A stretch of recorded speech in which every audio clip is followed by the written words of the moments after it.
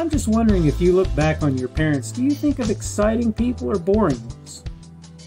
How did you turn out if your parents were boring? Did it seem like you turned out okay if your parents were not the most exciting folks in the world?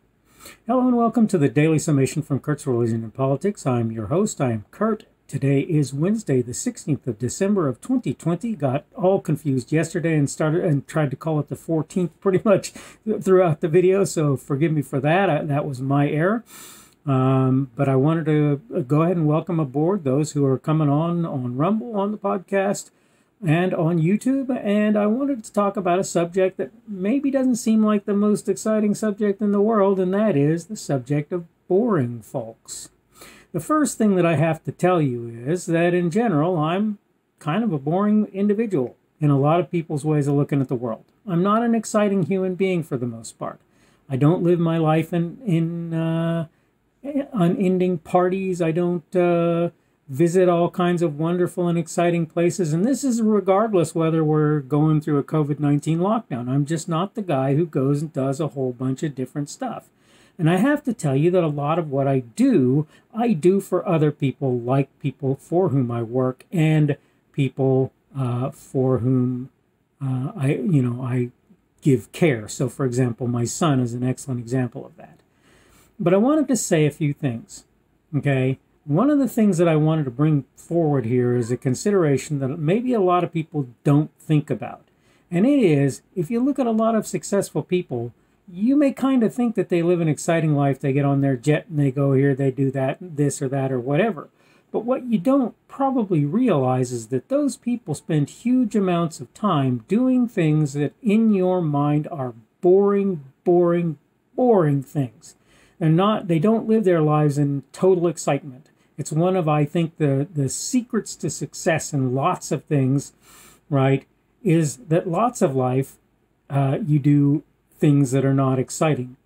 Now, on top of this, there's this other consideration that I sort of summed up in the idea that lots of life is lived in the spaces, in the time between events of, important consideration and so forth. It's just a reality. Lots of life is lived in times when nothing very much is going on, and you just pretty much have to get used to the fact that that's how things are going to be. But let me just say, even if that weren't true, you wash dishes, you make food, you clean clothes, you clean your house, you do all of these things that are just horribly exciting things, right? And no, probably not all that exciting for most people, right? Some people might really like it, right? They might think, oh boy, it's time to do the dishes. But I'm betting you most people are not thinking, oh yay, I get to go and mow the yard. I bet you they're not thinking that, okay? People who are living better lives, besides knowing that there are a bunch of things that they have to do, that have to get done, that have to be done, they also realize that if I go out there and spend and spend and spend and spend and spend, I'm never going to save. I'm never going to have money sitting in a bank account anywhere. None of that sort of thing is ever going to happen. So, and in fact, that's sort of the next thought that hit me when I thought about this whole subject. I thought to myself, it's those folks who sacrifice who generally are not doing things that people look at and go, oh, that's exciting. They don't look at people who are in sacrificial positions and go, that person is doing something exciting. And I promise you that sacrifice is an important part of life. I've done a couple of videos now on self-sacrifice, which is the most important kind as far as I'm concerned. But the point I'm making is that most of the time when I sacrifice, I'm not doing things that are exciting and, oh, look at how wonderful things are for me at this point in time. That's not how that works, okay? Most of the time, what you're going to find out is when people are serving other people, doing things for other people, your local baker, your local stocker in a grocery store or a dry goods store, whatever it happens to be. That's not an exciting life for most people. It's just not, okay?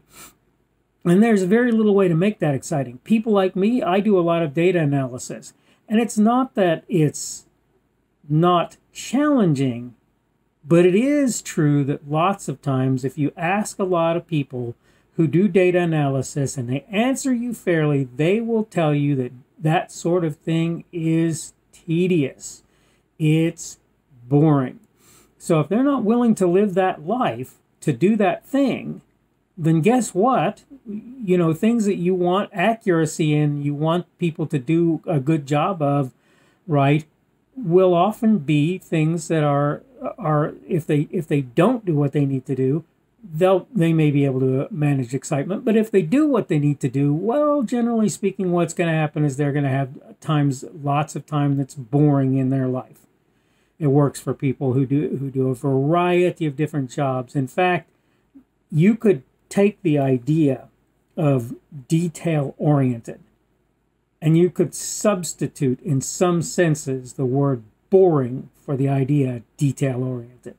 Okay? That's just reality. You can like it or not.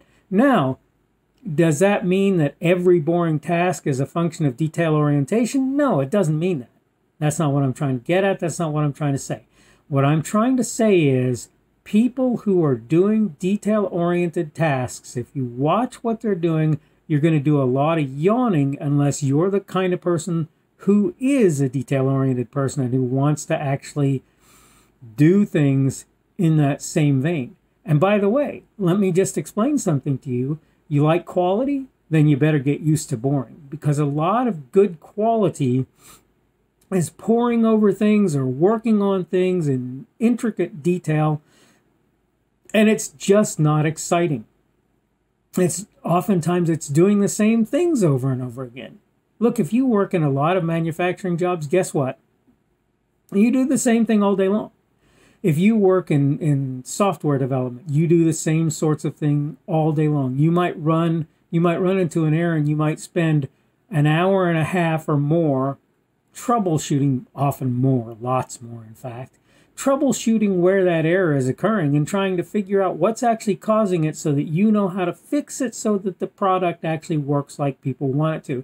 And this is not just something for software development. You're a lawyer, you spend your time, and granted you can hire people to do this for you when you start to get up in years a little bit and in position, but you spend time researching cases. You're a doctor, you spend a fair amount of your time. If you're a good doctor, in my personal opinion, you spend a fair amount of your time learning about new developments that have happened in your field. And I'm here to tell you something. That's not something that's going to typically be an exciting pursuit. Now, granted, maybe for the people who do that, in their minds it's exciting, but can you imagine considering it exciting if you're not working in that kind of job? I bet you can't. I bet you don't. And that's just the reality. This is just how things are. Right? Again, I look at my life and I see an awful lot, first of all, of dead space, and I don't know of much I can do about that. These days, less than it was when I was younger. These days, I realize there's so much I need to do that I can't have the dead space that I had when I was younger, where I sat around and watched TV or whatever. But even so, a lot of the stuff that I'm doing is sort of grinding through. Got to fold that laundry. Got to wash that laundry. Gotta prepare for doing videos when what you really want to do is do the video, right? You got to do the preparation. Whether you're going to do it off the cuff or not, you have to have, it pays to have things that remind you, oh, I wanted to talk about this or to deal with that. That's not exactly exciting work, people. I'm just letting you know. It's not the worst and most boring thing you'll ever do in your life. And I'm not saying that we live in this place, lots of people a large amount of the time where they're in the worst situation possible.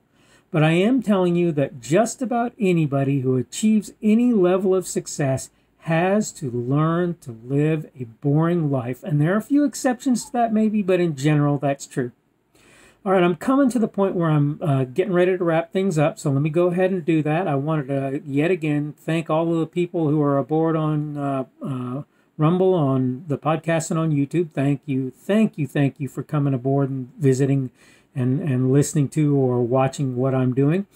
And again, I particularly wanted to give a a shout out to the folks on Rumble who have done for me what for me is amazing things, considering all of the other places that I've done various things that I've done. It's getting late today. I had to wait until later to do the things that I normally would do early on. So it's getting late and I'm getting ready to call it an evening before too long. But I thought I'd try and get a video out, and I'm going to try to get a video out again tomorrow. That would be Thursday, the 17th of December of 2020. So hopefully I'll see you again then.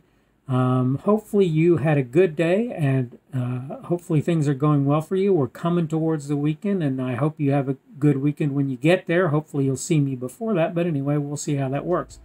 In the meantime, I just wanted to say thank you again for taking the time to make it through this video, and I hope you have a good day, and hopefully we will see you again tomorrow. The speaker on this edition of the Daily Summation is Kurt Schubert. This video was recorded on Wednesday, the 16th of December of 2020. The Daily Summation is created for Kurt's Religion and Politics.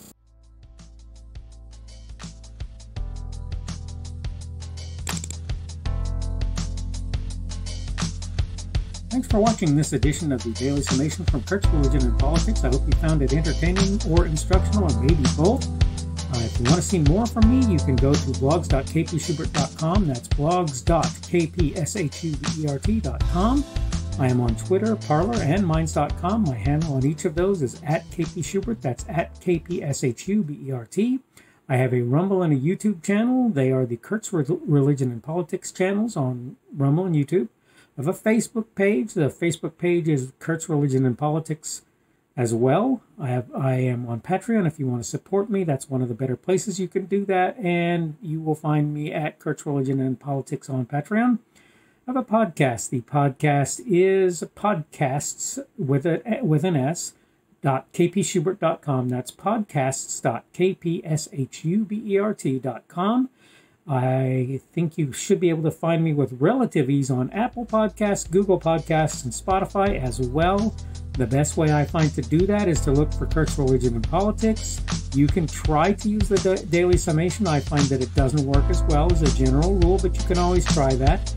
I'm glad to have you aboard today, and hopefully we will see you again tomorrow.